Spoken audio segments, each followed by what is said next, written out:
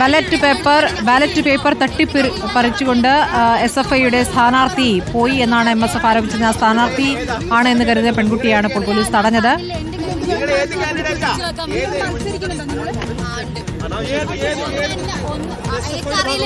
അഭിജിത്ത് മുഴക്കുന്ന ഈ പെൺകുട്ടി കാൻഡിഡേറ്റ് ആണോ?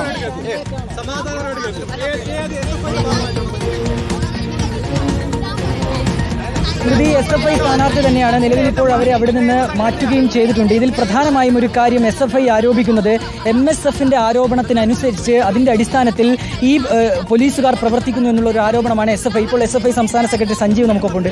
ഇവർ ഏതാ സ്ഥാനാർത്ഥികളുടെ പേരെന്താണ് തടഞ്ഞു വെച്ചു എന്ന് നിങ്ങൾ പറയുന്നത്? തടഞ്ഞു വെച്ചത് ഞങ്ങളുടെ ഇവിടുത്തെ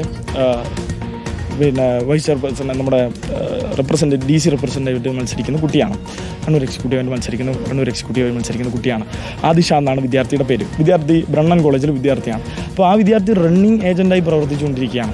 ആ വിദ്യാർത്ഥി റണ്ണിങ് ഏജൻറ്റായി പ്രവർത്തിച്ച് അവിടെ നിന്ന് കാര്യങ്ങളൊക്കെ ചെയ്ത് അവിടുന്ന് ഡീറ്റെയിൽസൊക്കെ എടുത്ത് ഇങ്ങോട്ടേക്ക് വരികയാണ്. അതിൻ്റെ ഉള്ളിൽ നിന്ന് നമുക്ക് സമയം അവസാനിക്കാറായി. അതുകൊണ്ട് തന്നെ അവിടുത്തെ ഡീറ്റെയിൽസ് എടുത്ത് പുറത്തേക്ക് വരികയാണ്. അതിനിടയിലാണ് MSF കയ്യിൽ കടലാസ് സ്വാഭാവികമായിട്ടുണ്ടാവും. റണ്ണിങ് ഏജന്റ് കയ്യിൽ എന്തുണ്ടാവുക? വോട്ട് ചെയ്തവരുടെ ഡീറ്റെയിൽസ് ഉണ്ടാവുക. അത് കാണിച്ചിട്ട് MSF പറയുകയാണ് അത് ബാലറ്റാണ്. അത് കണ്ട ഉടനെ പോലീസ് എന്ത് ചെയ്യാണ്? ആ കുട്ടിയെ പിടിച്ചുകൊണ്ട് പോവാണ്. ഓക്കെ, അങ്ങനെയാണ് സ്മൃതി പറയുന്നത്. അതായത് അകാരണമായി പോലീസ് ഈ വിദ്യാർത്ഥിയെ അവിടെ നിന്ന് തടഞ്ഞു വെച്ചു.